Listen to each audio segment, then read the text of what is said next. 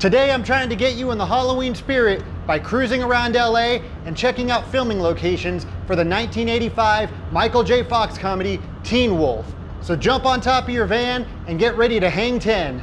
Let's go see what we can find.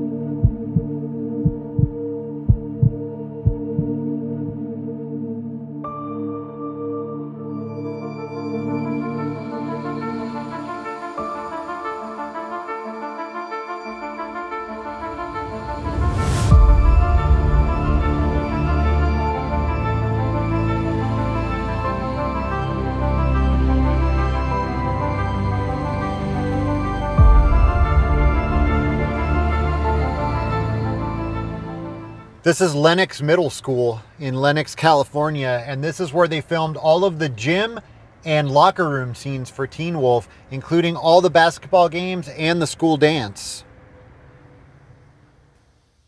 So right after they lose the game, we see Scott and Chubby going to their lockers, and here they are right here. Scott's locker on the left side and Chubby's locker on the right side down there at the end. There's even a door open. I mean, I know that's not Scott's locker, but still, what are the chances? Now, a few moments later, we see Stiles come into the locker room and he walks right past the showers. That was right here. He comes through those doors and then walks right past these showers. It's like nobody's touched this locker room since 1985. Everything in here looks exactly like... After having a talk with the coach, Scott walks out of the front of the school where Boof is waiting for him at the bottom of the steps. This is John Burroughs Middle School, and this is where all the rest of the school scenes are filmed. Scott and Boof then walk away from the school before heading down the steps onto the sidewalk as Stiles passes by in his car. Now, some of the landscaping has definitely changed in front of the school, but this is the section of sidewalk that they're walking down, and that house across the street can be seen in the movie, but it's now completely covered by bushes. We then see Scott and Boof crossing the street on their way to Scott's dad's hardware store, and some stuff has changed on these buildings, but so much is still the same. Like this building right here on the corner, it even has that old air conditioning unit right above the door. The sign is the same. So much is still the same right here. They're then walking down the sidewalk right here, and probably one of the first things we see that's recognizable from the movie is that right there. You see them walk right past that.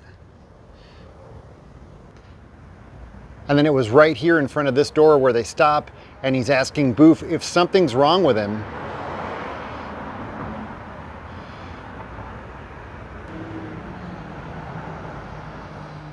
Now they continue walking down the street, and another one that's really noticeable is 1510. We see them walk right past 1510.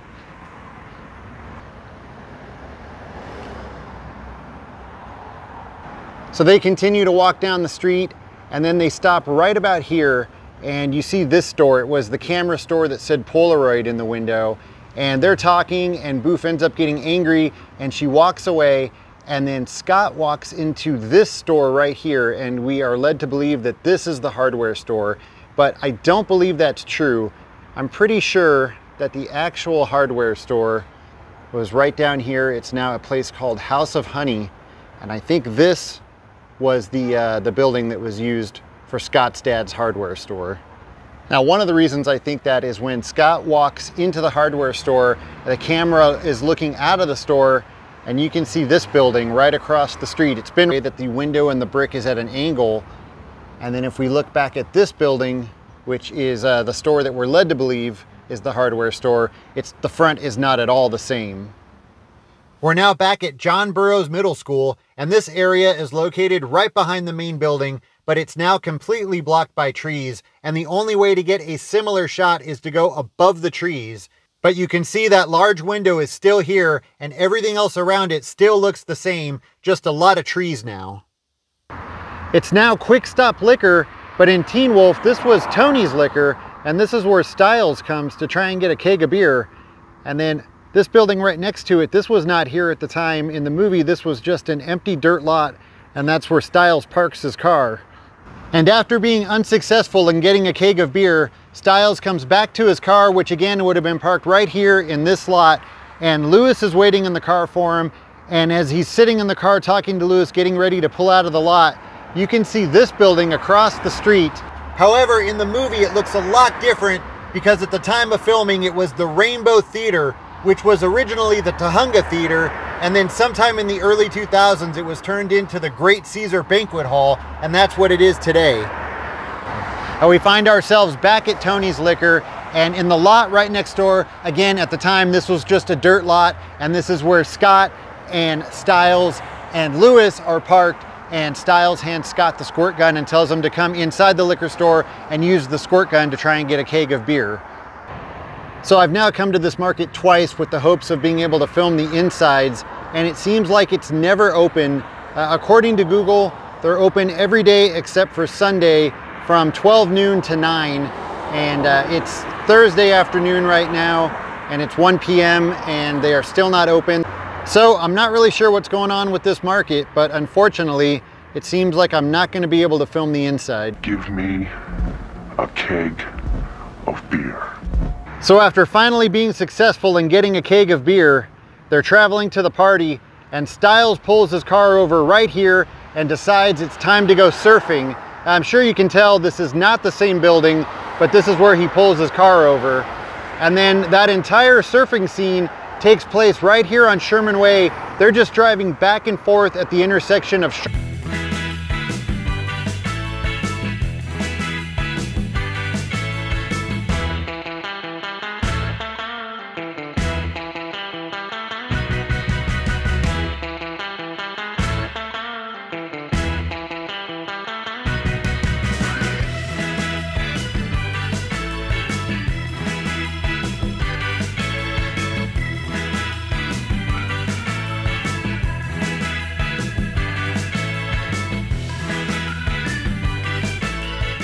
So they pull up and park right in front of the party house. There just happens to be a spot right in front of the house. Even though there's already all of these people here at the party, there was a spot open right in front, which is extremely lucky for them. But they pull up right in front and park, and this is where Stiles gets out of the car and he takes the keg and then he instantly falls over.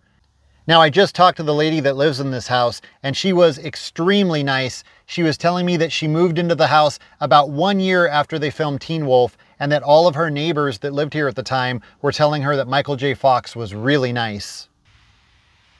After the party, we see Scott coming home, driving underneath these trees, which are still completely recognizable. He would have come down the street and then pulled over at an angle roughly right about here. Now this next scene is probably one of my favorites in the movie. Scott goes upstairs to the bathroom and turns into the wolf, and he's trying to figure out what the hell is going on. His dad comes to check on him, and Scott's telling him to just go away, but his dad demands that he opens the door, and Scott tells him, "All right, you asked for it."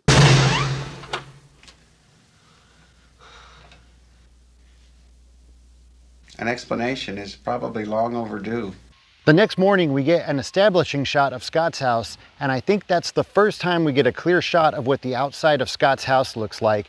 Now, here's the interesting thing about this house. In Teen Wolf, this was Scott Howard's house, but in Back to the Future, this was Michael J. Fox's mom's house. This was Lorraine Baines' childhood home, and actually that tree that you can see in that shot in Teen Wolf, that's the same tree that George McFly is bird watching in Back to the Future. So without actually going on their property, if we just look up the driveway, we can see the garage, at least one of the garage doors, and we can tell that this is where Scott's dad and Boof are playing basketball. And the garage door is still exactly the same, it's just painted a different color to match the new color of the house. This is so cool. I always wondered if that scene was actually filmed in the backyard, and now we know. Scott and Boof then take a walk and have a heart-to-heart, and you can see that the sidewalk that they're walking down is quite bumpy.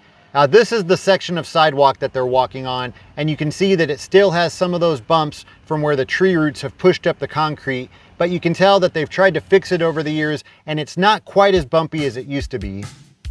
So at the next basketball game, as usual, things aren't going too well, and he decides to use the power of the wolf to see if he can improve his game, and it actually works, and all of his friends that are in the stands get excited that the Beavers finally made a basket, but they're the only ones. You could tell that this is where they were standing by those lines on the wall.